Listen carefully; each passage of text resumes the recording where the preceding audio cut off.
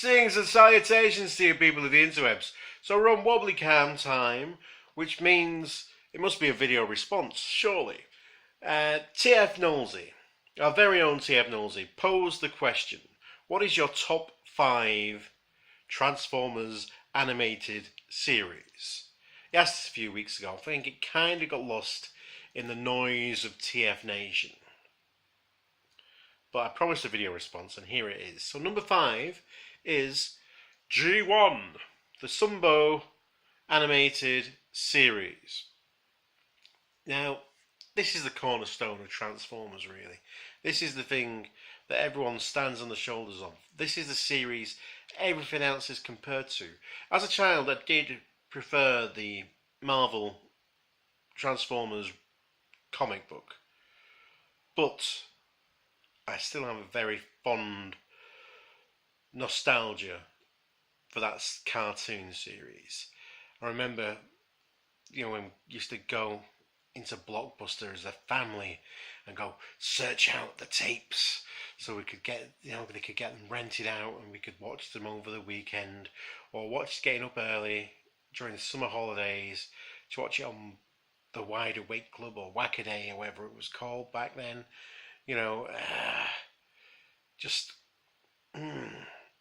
Those episodes, the voices, the colours, just the Dinobots. Always loved a good Dinobot episode. And yeah, so it'll always be a fondness, remembrance to that. That's why it's number 5 on my list, because it has been surpassed by other series in its time, but it's worthy to be in the top 5 for being the originator of it all. So that leads me to number 4. Number 4 for Master Force. Master Force is the middle of the 3 Japanese exclusive Generation 1 series, and it's the most off-kilter. It's the most, we're doing something different of them all, because really, other than the guys that were the Pretenders, most of the characters in the series are not proper Transformers. They're humans who control transector bodies, so it's a lot more super robot than any of the other series, and that gives it a lot of scope to show character growth and development. I think all the kids will, have their place and have a lot of heart, and all the different progression with Wilder and Cancer and stuff like that. They're like showing how the villains kind of find themselves in a way, but also find themselves as Jinray, who's got the Optimus Prime looking transector, who starts off as this listless trucker, likes a bit of a drink, doesn't know his direction in life, and he finds this transector and getting that responsibility to become the commander and ultimately, save the world with his burning guts, fire convoy or fire Jinray. It's a brilliant series. It's really good. So that's why it's number 4 on this list, because it's different. It's not the stoic Optimus Prime. It's this character who is flawed, who does show development, who becomes the guy worthy of the responsibilities in the end, through his own passion and desire to improve and succeed. So yeah, that's why it's number 4. So number 3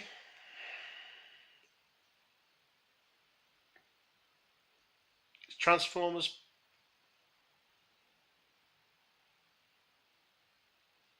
Prime.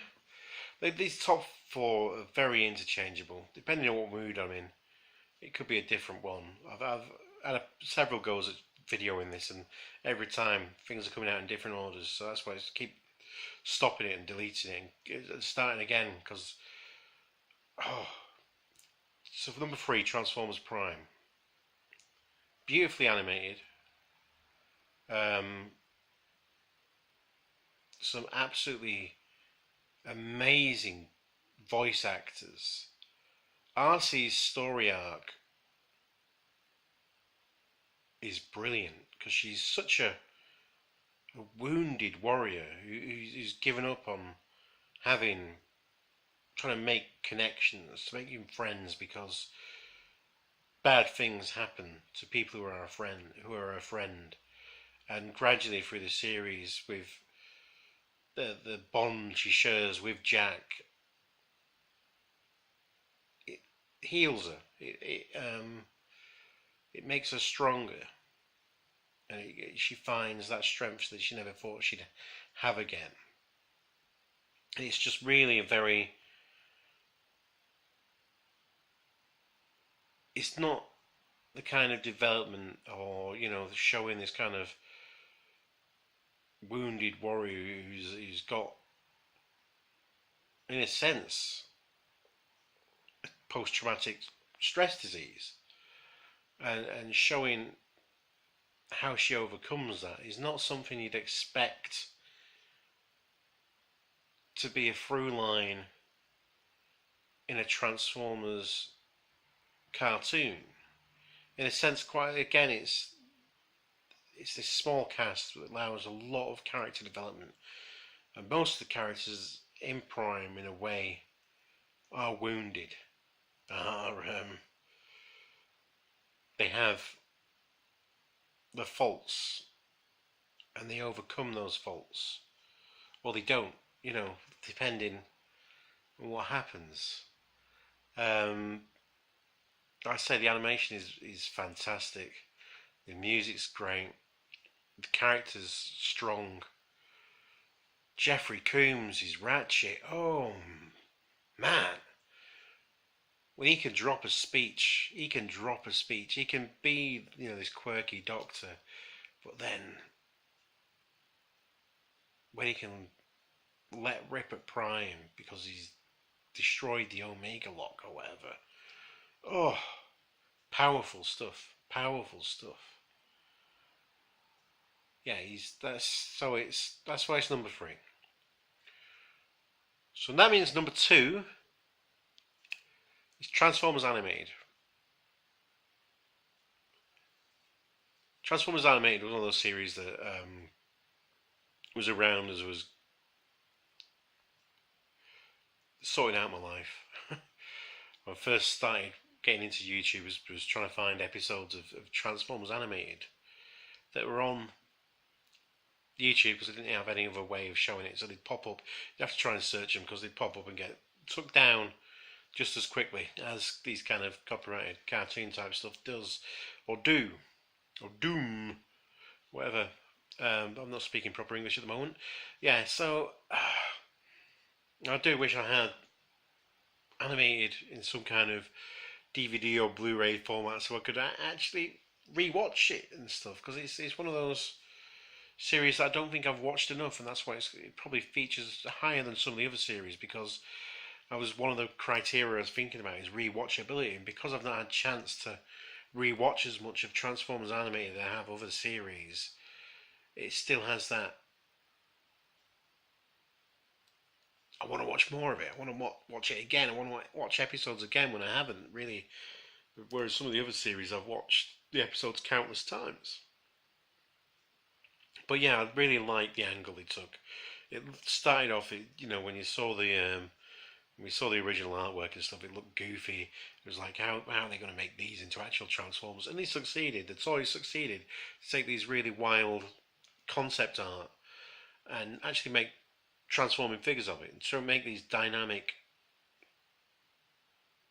characters that are on screen, and actually make toys of them was. But that's by the by, because that's talking about the Toyland, not the actual cartoon. The actual cartoon was a feast for nerds like me, because it was just littered with references. Again, another great voice cast. The storyline, a great through line again, great character development. This staple of having a very small core cast, so you can spend more time and actually develop the characters, is to me the way Transformers story should work. I mean, I know there's a lot of people who think that they should have the more like G1 expansive cast, where it's just let's show this guy off for a bit so we can sell this guy's toy. Let's go show this guy so we can sell this guy's toy. Let's show this guy so we can sell this guy's toy. It's just this really big cast and not really ever. In doing that, you can only ever have just standalone episodes. But once you have a small cast, you can start having a through line and start having development. And I think that's what animated did well. The references and how it took often new approaches, but was still very respectful of the origins of Transformers, but not just of G1. They take stuff from, Beast Wars and Armada and wherever else they could take it. They would take different references from and just merge them all together to make this one cool continuity that looked great and is very vibrant and primary colours and just yeah. And they had again, it was the more flawed Optimus Prime who had a lot to learn, a lot to repent in a way, to develop himself and to prove. He had lots to prove, and along with his crew of guys. So yeah, that's why animated is number 2. So number 1, which one time I did this was actually number 4. That's how flip floppy we are with these Transformers series. And it's Beast Wars. And when I was thinking, what my mind was that the animation is quite dated. The CGI now on Beast Wars, when you watch it on modern technology, it's not aged well. Whereas the G1 cartoon and Master Force and stuff, it's just 2D animation, so it's fine. Animated, it'll be fine. Prime was built around these more modern television, so the animation of that it's still within, it's still good for this time. But Beast Wars really suffers. The pacing feels weird. But all these detractors against it,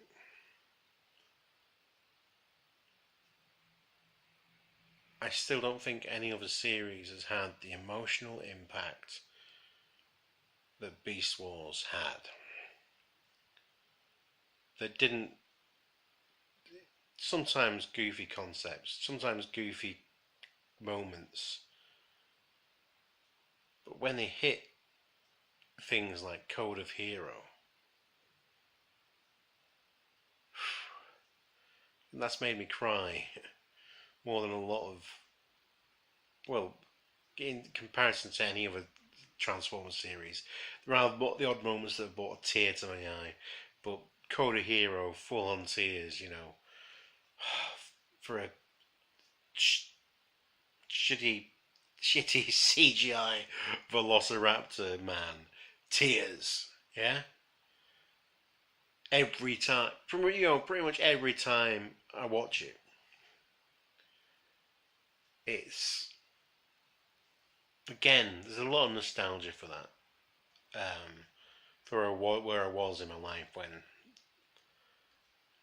that came on, when Beast Wars was around. So it's a lot of connected to that. But yeah, I think it's the first post G1, not including G2, because even though G2 is G2 and not G1, it's still pretty much G1. It's still a continuation of the stories. Beast Wars was that first proper, let's do something completely different, and eventually tie it back into G1 by making it this set in the distant future that is also the past.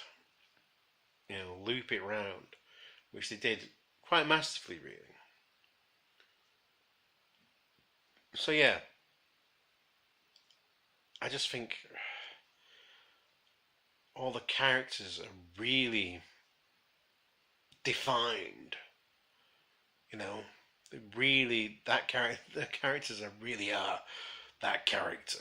No, you know, very unique. You don't get the characters mixed up because they all have their own shtick.